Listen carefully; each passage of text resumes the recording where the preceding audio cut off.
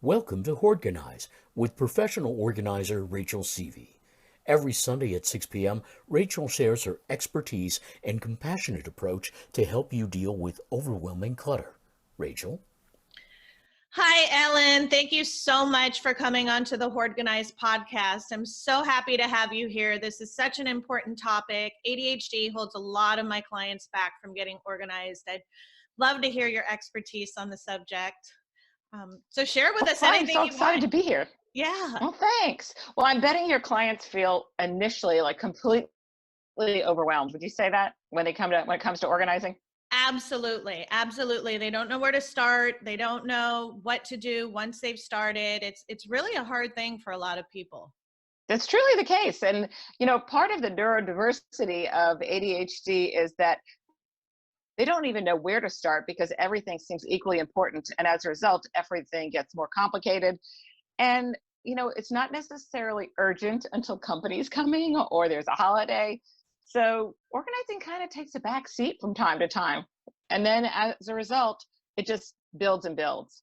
So definitely. So I'm happy to give you some tips for helping your clients get started and keep going, and critical element routines, one of the things we'll talk about too. So, most of the clients that I work with that have ADHD have a lot of perfectionism. And so they're really like very all or nothing thinking. And so when I start talking with them about breaking things down into chunks, which makes way more manageable, the organizing, that's kind of a light bulb moment to them, because their real initial feeling is, I'm going to do this all day for days on end. And so I can't even get started as a result. So my clients that I've worked with on chunking and breaking things into like using a timer for, an hour or so or 2 hours so that they can just finally get started. Finishing isn't as important because they keep going once the timer stops, but in a small space, they can get started so they feel like they've had a lot of success too. So even starting in like the junk drawer in your kitchen, it makes all the difference to know I've conquered one space, I can do this, build a little confidence. So that chunking can be a small piece of time or a small space, either way. In fact, some of our colleagues even talk about hula hoop organizing, where they just place a hula hoop on the floor so they know this is the small space I can conquer. Have you I just recently tried that learned with that. Some of your clients? Geraldine Thomas actually shared that method with me a couple weeks ago, and I definitely plan on using it with some of my clients. It's very fascinating. Yes. Another thing I noticed about my clients with ADHD is they really have strong modalities. Like that saying, out of sight is out of mind, really makes a difference for my clients. So when we first get started decluttering, one of our goals often is to make sure that they can see everything that they have so they know that they have it. So it's a real motivation for them to let things go because they realize they're not using many of the things that they don't see. And as a result, it helps them not only move a little faster through decluttering, but also set up the organizing in a more effective manner. And so I really talk about their strengths to start with when we start our initial consultation. So those strengths are sometimes visual, sometimes auditory. So people really respond to timers, and some of those things that can be equally distracting to us can be equally motivating to some clients. And also just empowering their intuition, because a lot of times our clients with ADHD don't feel like they have a lot of other strengths, but that feeling that comes from getting started, feeling in control, that's very powerful for them. So some of the ways that I'm sure you've also worked with your clients is just making things way more visual for them, whether it's making a list instead of leaving their medicines out to take in the morning or in the evening. They literally have just a Post-it note, or they'll write on their mirror so that they can see the reminder. We have a lot of people that use all the different timers that are on their devices, whether they set them an hour in advance and a day in advance. So they just have a little bit more of a heads up. And even the kinesthetic learners, like standing when we're doing our work rather than sitting, and incorporating movement into more of our work so that they can think better. Many of my clients are very verbal processors.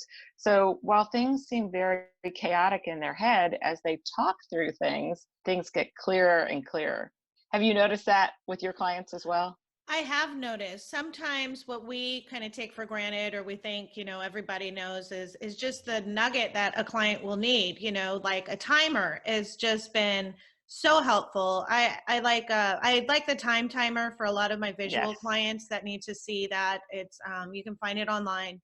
And as you know, it has the red, you could visually see how much time you have left. Yes. And even I'll go back just a little bit with the hula hoop organizing. I mean, the idea, I guess, and correct me if I'm wrong, is to just put what you're working on in the hula hoop. It really helps to That's right. focus on that. With a lot of my hoarding clients, we'll literally, I don't know if you agree with this, but we'll cover all the areas that are distracting them Good with like idea. a sheet or a blanket, Hmm. and then only leave exposed the area that they're working on, so that then when they walk to the That's kitchen to brilliant. go get their coffee or answer the phone, they're not going to be distracted by everything else that's out. So, Exactly. I yeah. think that's such a smart idea. Yeah, there's hypersensitivity to visual clutter as much as people are very visual. So that's a super smart idea, is to cover up things that are keeping their thoughts from the focus that you need for the work you're doing with them. And of course, you and I know the value of being in a team Yes. to do this work too. So I'm often talking about like the clutter buddy, the paper partner, the body double. So all of the ways that having an extra presence, for many of my clients, the clutter buddy and the paper partner come down to helping them be more decisive, like thinking through a question, verbally processing it, and coming to a conclusion so they can move forward with, do I keep it? Do I let it go? Is this the best place for me to store it, or should I store it somewhere else? Is this the best solution for me to store it? So those kind of partnerships, and with professionals like yourself and myself, that makes a huge difference in just adding not only that element of a deadline, but also that energy of fun that is so important. Because, let's face it, organizing and decluttering are very tedious and take a lot of energy. And by bringing more energy to that space, like we do as professionals, and making it more fun, and just also the support that we're offering. Support is such an important element of the work that we do. So It I'm sure is. you're doing that too with the reflections your clients share with you. Oh, absolutely. I mean, I'm always out for having fun, playing music, being fun and silly, laughing about it now versus looking back and laughing at it. Yeah. Trying to make it as fun as possible will actually motivate people and help them stay focused. When it becomes like, ugh, and your body just slumps over and Yeah. you're like, oh, I gotta go declutter my closet. Like, ugh, like, No, you're not going to do it if that's how you're feeling about it. And then you feel bad because you never exactly. did it. So Exactly. making it fun. I love the idea of having a friend there. I do have a That's client great. that just can't get her bills paid unless someone's there Yeah. with her. And for a while it was me. And I said, it doesn't have to be me. It Yeah. could be anyone. Hmm. That's great. And so now she has a girlfriend that comes over once a month and they just sit and have coffee and she pays her bill. Awesome. Yeah. That's awesome. Yeah. I Yeah. think it's so powerful for us to cultivate all the kinds of team members there are for Mhm. our clients, because it just makes the variety makes things happen too. It's really good. Yes. Yes. And then, the ever popular looming deadlines. I'm sure that we've talked about this before on your podcast with people, is that there's nothing as exciting as companies coming and all of a sudden we have to get things moving. Yeah. So as we create our own deadlines, and sometimes there's a little bit of a false deadline and sometimes they're real deadlines, but those things are just get people in action. That urgency makes things just happen for everyone, I think, neurodiverse or neurotypical. So A we all know deadline. that we want to. Mhm. Yeah, deadlines are amazing. I mean, I have clients Yeah. that, and it could be severe where the police, I have one lady where Mm. she's done nothing for 50 years, but the deadline that the police gave her to clean it up by the end of January is like the number one motivator. It's like she's completely changed. She's so motivated. She's like, Yeah. I don't want to lose my house. I don't want to get in trouble with the police. I got to clean this up. And without that deadline, she'd still be on top of the piles, and they're all the way to the ceiling. So sometimes, even if it's not a nice deadline, the deadline will help, because you think, oh my gosh. Or I have a client right now that her sister's coming on the 17th. And so it was like this race, like to get it like sister ready. But whereas when that deadline wasn't there, she wasn't motivated. So I said, "Guy, you should have invited your Exactly. sister over years ago, That's right. because that's what really got her motivated." So yeah, the deadlines are incredibly important. Um, Exactly. yeah. Exactly. And then, we talked a little bit about this high interest, like making it fun, having a playlist, like you mentioned, making it like a treasure hunt. And so then it's much more motivating and interesting. That can make clients spring into action too. Many times I think about all the things that we find with our clients. Like we have found, well, pretty much every time I work with a client, we find some kind of money, even if it's just change, but we found huge checks with clients. We've also found jewelry. Like I have clients that have lost jewelry that is so meaningful to them that it's priceless in value because it belonged to a family member. So those kind of ways that you stimulate interest can not only motivate people, but keep them going and keep them staying organized as a result, for fear of losing those things again. Yeah, no, that's really true. I have, people that lose, their mother's engagement ring, or their great grandmother's, diamond bracelet. And finding those things are so exciting as an organizer. It's like, yay, Yeah. we found it, it's here. Um, but Yeah. but it does help people stay motivated to, not want to lose those precious items again. And valuable recovery Exactly. is a huge part of our job. I don't think people really understand how many valuables we recover. I mean, I know we Yeah. recovered, $20,000 worth of cash last week. Um, Wow. yeah, it'd been 40 years worth of clutter and piles, and her husband would just leave cash in his pants pocket and then kind of chuck it into the living room, and Yeah. everything kind of went into disarray. And when we collected it all, I mean, there were gold coins, there were silver coins, there was money, there was, safe deposit keys. So a lot of people are actually missing really valuable items, and that can be um, a great motivator. So I love that. Yeah. Exactly. Hmm. So, the other thing I always like to talk about is just making life easier. And that's really what routines come down to, is ways to make life easier. And that's often the hardest part for our clients with ADHD, is just keeping things going, because elusively existing routines can evaporate.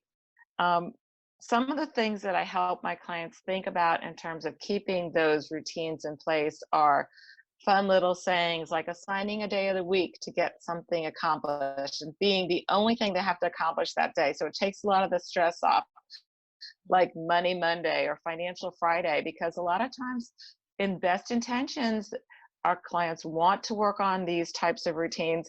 They just don't have the time. It falls to the bottom of their list. So Money Monday or Financial Friday, or even setting days of the week to do some of the most tedious tasks like laundry and paperwork that are really boring and not fun. So by setting a day of the week, it gives them a day to really feel like, okay, if that's the only thing I had to accomplish today, I can get that done. And then just asking for help.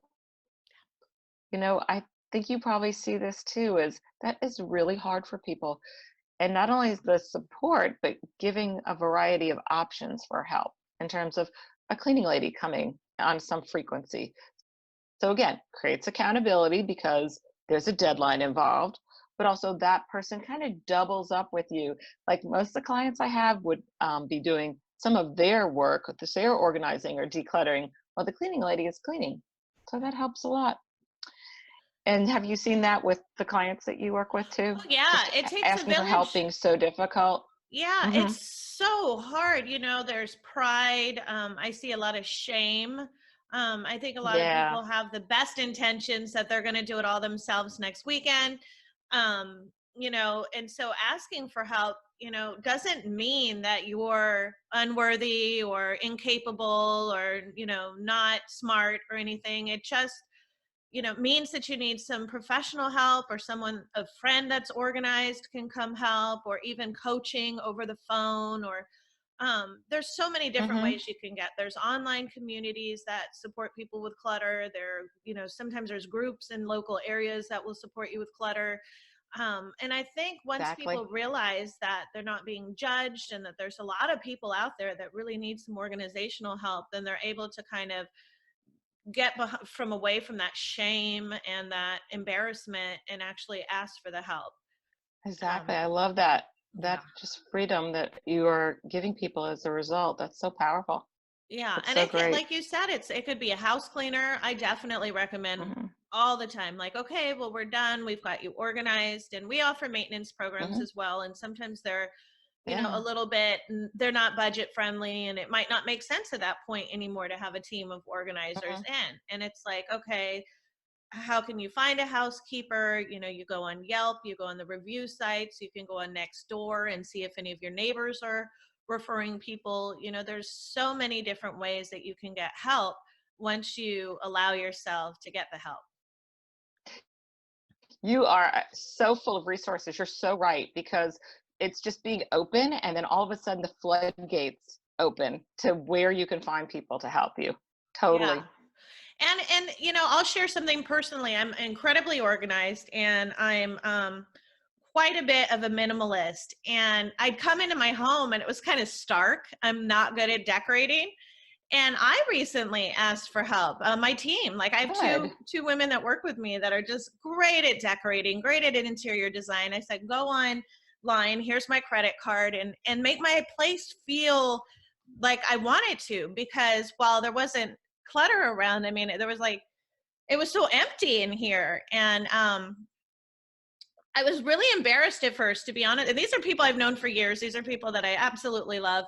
And I thought, just bite the bullet, and ask. Thank you, Stacy and Tara, for redecorating my entire house. It was great. It's brought so much joy into my life. And I was able to just be like, okay, just because I'm an organizer doesn't mean that I'm the best interior designer. You kind of get hard on yourself. And I think a lot of our clients, like, I work with so many successful, like, lawyers, doctors, nurses, teachers, people that are master's degrees, and it's kind of humbling in a way, at least initially, Yeah. to ask for help. But I don't stop asking them. Now when I see something at the store, I snap a photo. I say, what do you girls think? Should it go up on my wall? Like, it's Hmm. allowed me to, like, start picking out things to decorate with, and feeling more empowered about taking control of my space, which is kind of what the reverse problem my clients have. But I still had that kind of, like, expectation of myself, like, oh my gosh, I'm a Yeah. professional organizer, I should know how to decorate, like, this is shameful.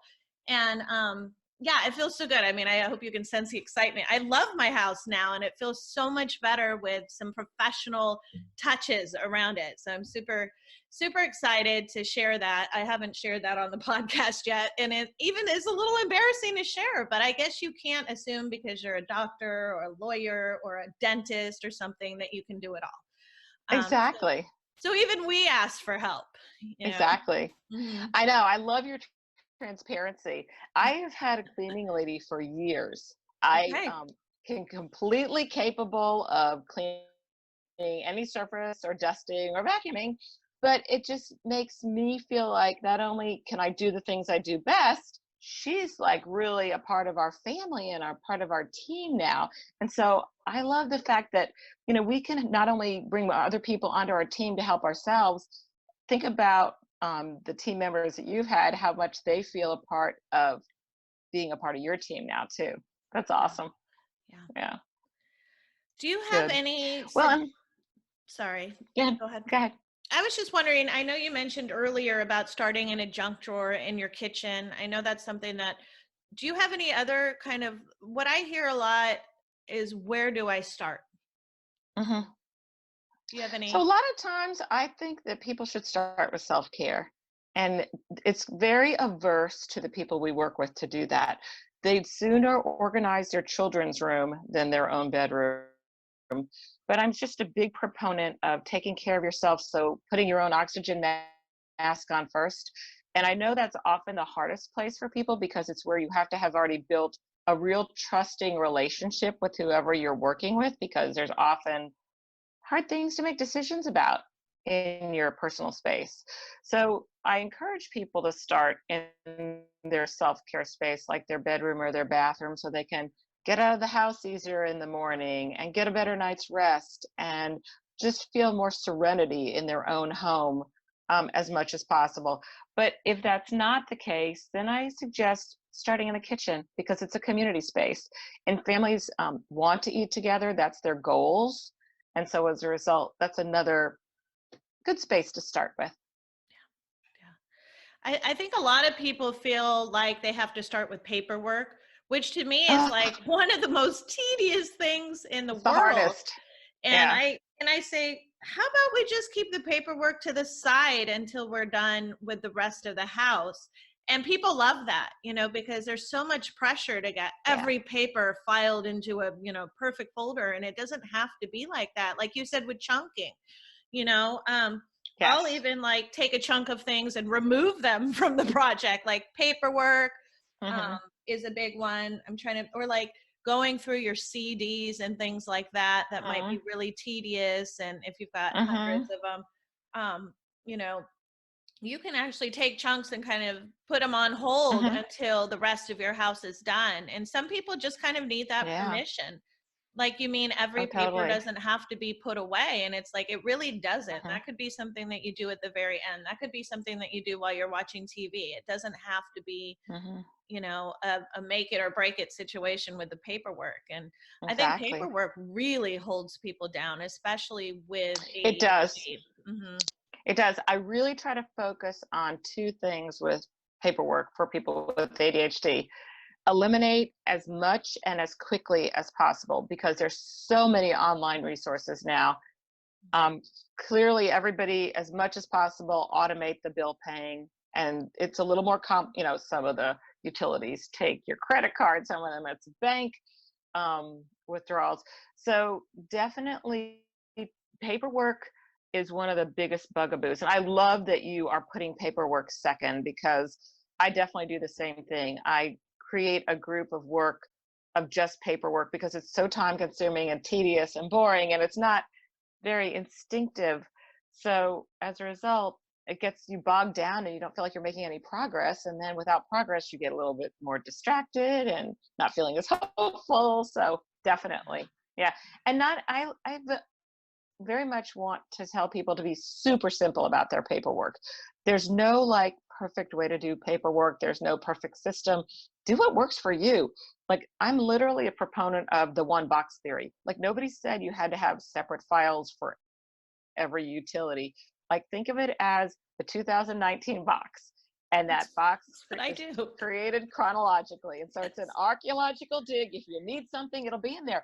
But oftentimes, we create a system that we're not even going to be using as much as we are spending time creating it.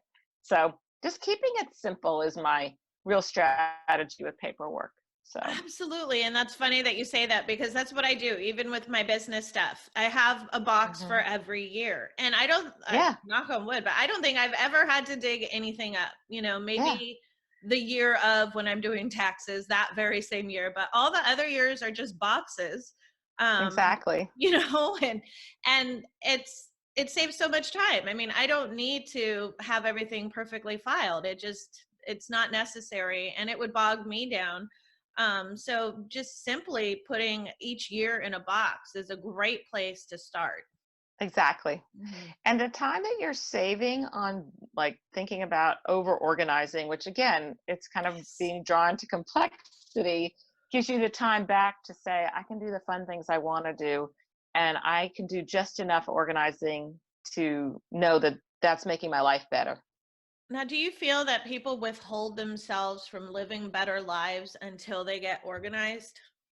I do. That's Yes, I think so too. I think it's Mhm. again a part of that perfectionism, Mhm. and I can't do this until I've done that. Or at the same time, I'm going to organize the kitchen so that I can eat healthy, so I can lose weight. So it does create obstacles in many different ways. This organizing piece. Mhm. Yeah. Do you have any other tips or tricks for people with, I'm sure you've got a lot. Feel free to share anything you have. I think a lot of my listeners struggle with staying focused. So hopefully this will help them a lot. I'd say the number one thing that I would love to share is actually about time. Just having a planner.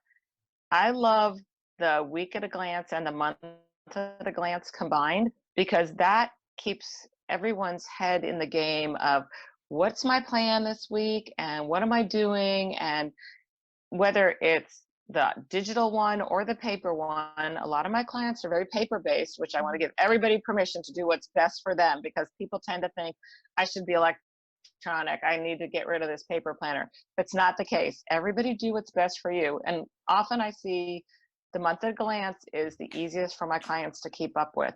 So just be sure that you have a planner, that you're having like a weekly time. You look at it so you get like the big picture view, because the context of what's going on what day, try to get it out of your head. Like a lot of my clients have a lot of things swimming in their heads instead of written down or recorded on their digital planner. So that's one of the most important things about living a life that you're doing what you really want to do, is be sure that you have that planner so you're recording and looking at your planner every day and just getting a bigger picture once a week too. Yeah. So, and it's great to free up all of that stuff in your head, the clutter in your head, and writing it down. It helps free up your memory. And I always like to, make funny doodles next to it or silly emojis. yeah. Like it doesn't have to be so bad or so tedious. Laundry, No. turn the music on, rock out and do your laundry. It doesn't have to be, a boring, tedious event.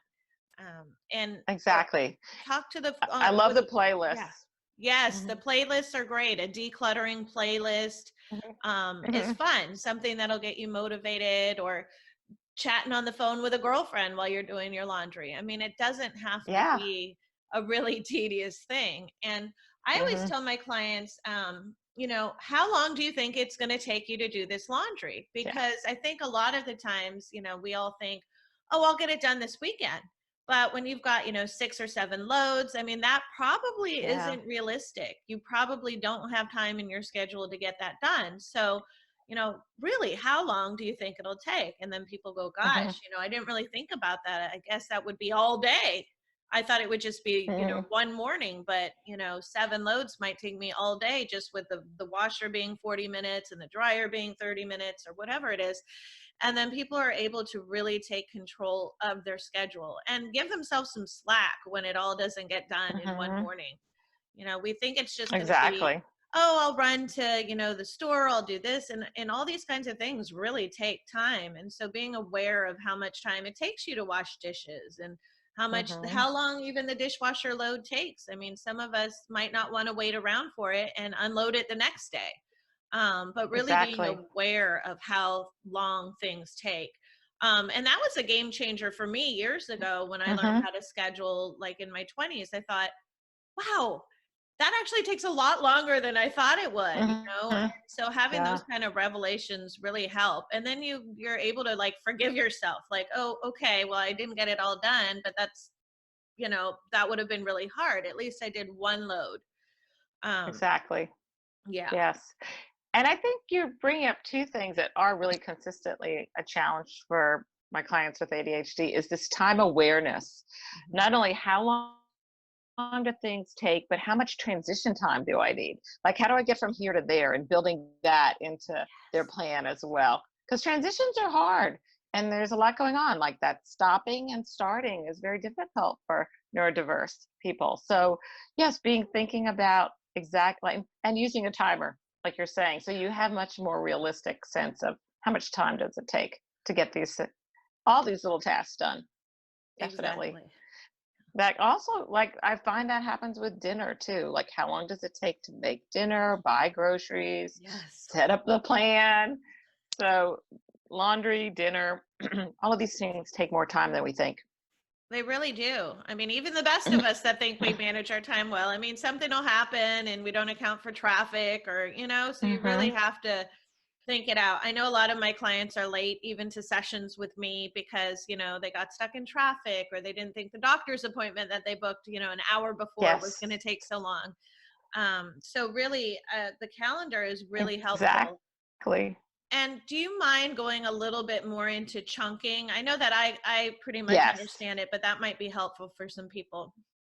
Sure. So chunking can happen not only with tasks, but with elements of what you're trying to accomplish. Like your laundry was a perfect example of that, because I love the sorter laundry bin, because right away I'm visually placing towels in one sorter, colors in another sorter, whites in one sorter. So that's the visual representation of breaking things down into chunks. It's also referred to for time management as time blocking. So I'm just creating a small unit, whether it's of time or task, that I can accomplish and feel successful about. So sometimes with tasks, we think more of like getting your taxes done. Great example. Not something we can sit down and do in an hour. So we want to think about, okay, what's one chunk of that? That might be getting all the 1099s together that came in the mail or finding them online. Another chunk might be finding all the charity receipts that we've done. So just thinking about whatever small unit that you can accomplish so you don't feel so overwhelmed by the task.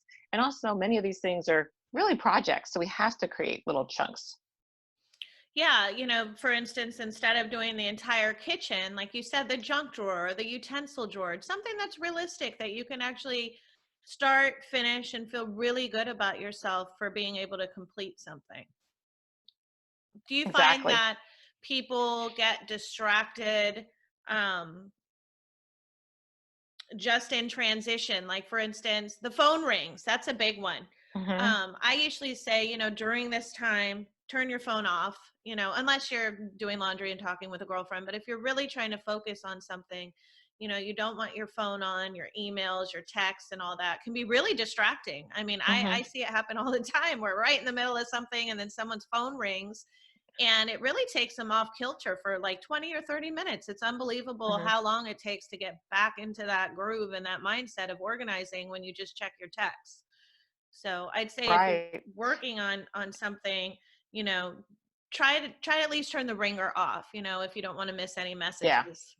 Yeah. totally.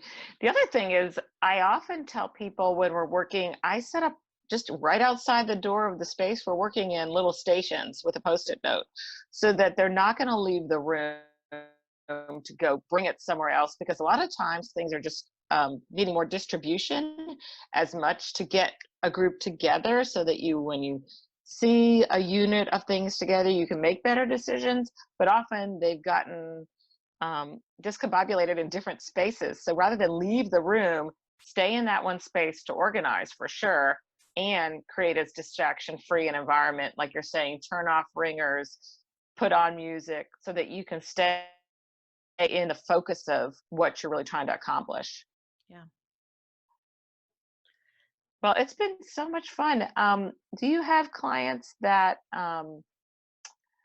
are finding the value in learning more about their ADHD? Because that's another part of what I share with people. Oftentimes, people don't understand enough about themselves. So, a lot of times, I'm referring to, there's attitudemag.com is an amazing resource, and so is understood.org. So, just so you can learn more about Mm. yourself and the way you think, because I think often people have felt kind of a stigma and vulnerable about their ADHD and the people around them not understanding them.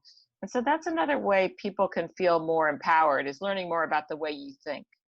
I love that. I love that. And I know with a lot of my clients and some of my friends that have ADHD, there is a stigma, and they get teased, or people kind of don't take them as seriously when they're Hmm. interrupting themselves and having conversations with themselves and changing topics, and learning more about how your brain operates when you have ADHD or any sort Yeah, of you can't access your executive functioning skills as you or I can. And I think once people can really understand that, it really helps them not be so hard on themselves, because they feel so yeah, scattered and not together. But really, I mean, neurologically, you can't, prioritize and organize as well as someone like you or I can, but you can learn to Right. work with your ADHD, and you can learn tips and tricks to get Exactly. organized with ADHD versus feeling like a failure or feeling like there's something wrong with you, because it really isn't.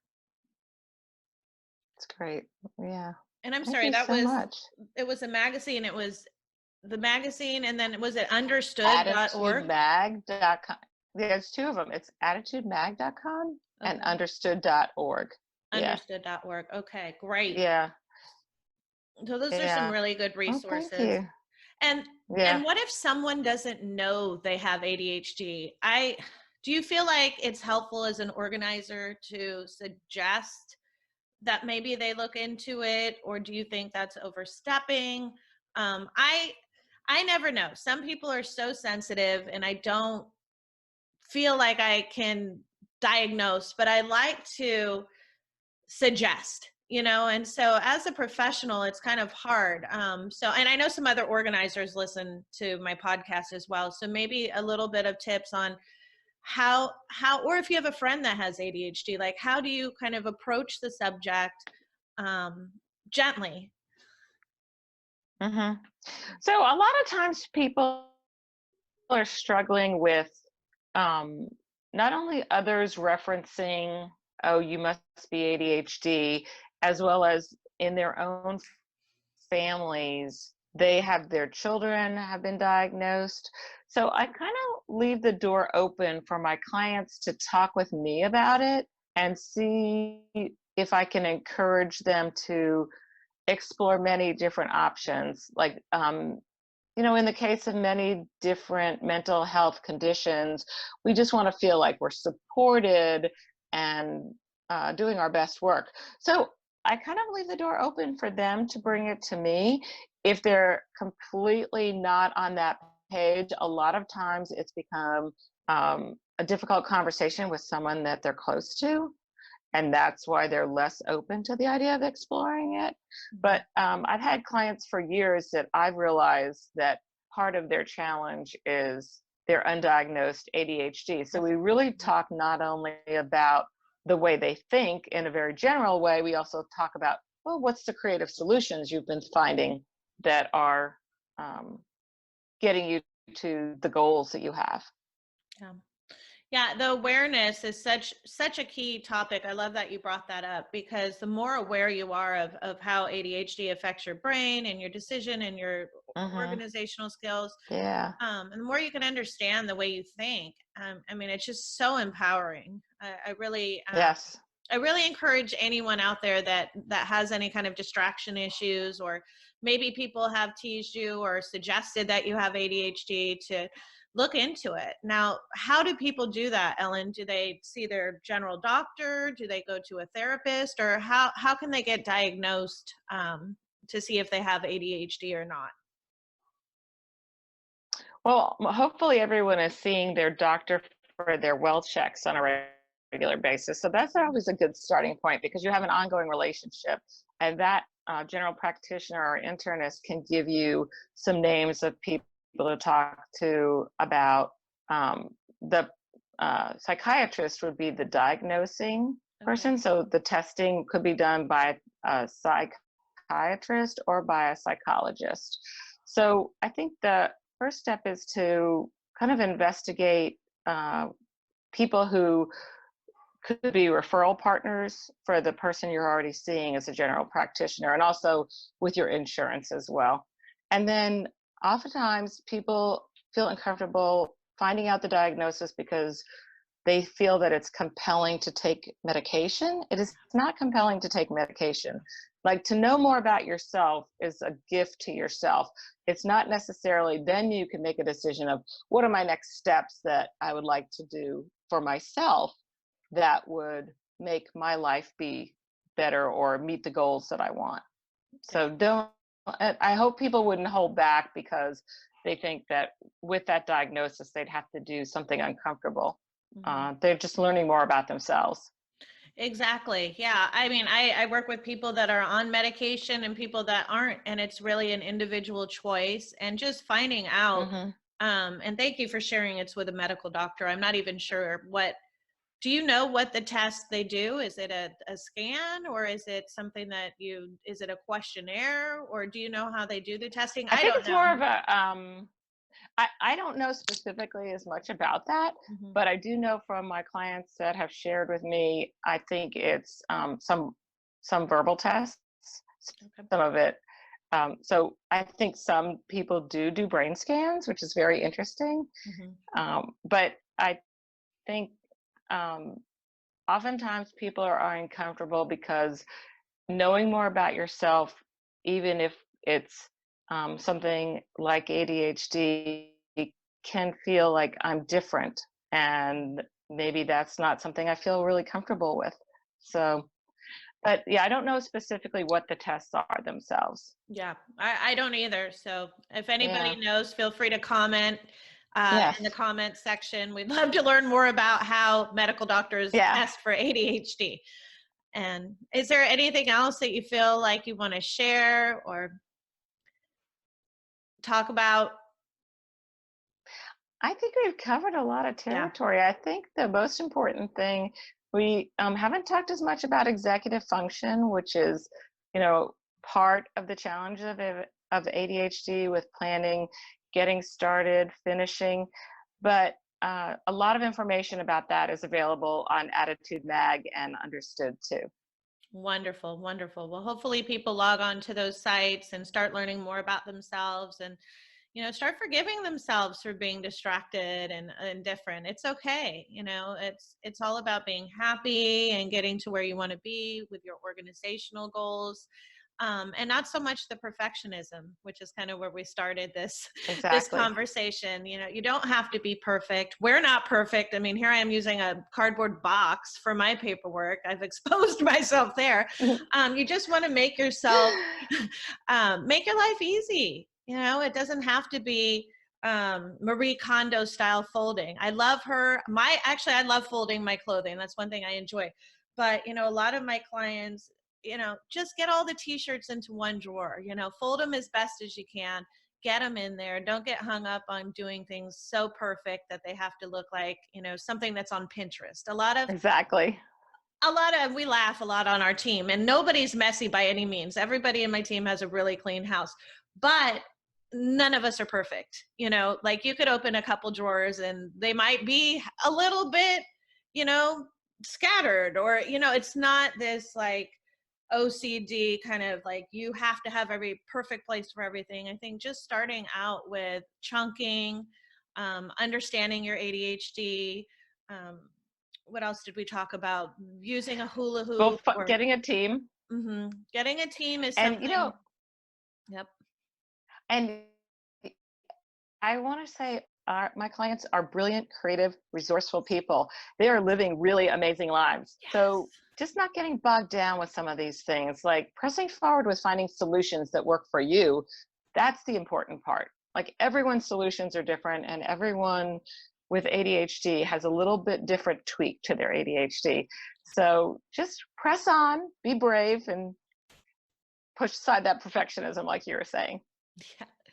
Now, I know that you are a coach as well, which is wonderful. Hopefully, people all around the world would be able to work with you if that's something you do. How can people get in touch with you after listening to this podcast in case they want to work with you, either in person? You're in Texas? I'm in Houston Okay, and I do work virtually. They can contact me through my website, professional-organizer.com. great. And then email. They can also, there's a phone number on there, but usually people use the contact form through the website. And then we schedule a phone consultation so we can talk through what your goals are and create the first steps of what the plan might be together to work. And then we see what happens. So my clients that I've worked with virtually, we typically are in 6 sessions to help them meet their goals.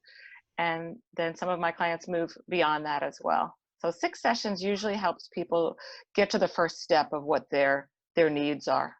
Wonderful, wonderful. Well, anyone listening out there that feels like they might struggle with some sort of attention issues, feel free to reach Ellen at professional-organizer.com. Fill out her contact form. She'd love to talk to you. Ellen, it's been amazing having you on the show. I feel like I could just pick your brain forever because you know a lot about ADHD, and it truly does affect our clients. Thank you so much for being on the show. Well, thank you so much, Rachel. This has been so much fun talking with you. Okay. Great questions. Love it. Okay. Appreciate it. Thank you. Talk to you soon. This has been Hoardganize with Rachel Seavey. New episodes are available every Sunday at 6 p.m. and also on the Collector Care YouTube channel. Download Rachel's Affirmations for Collectors on iTunes or Amazon.com, or sign up for Rachel's blog at collectorcare.com and receive 7 tips for clutter-free living. Thanks for listening.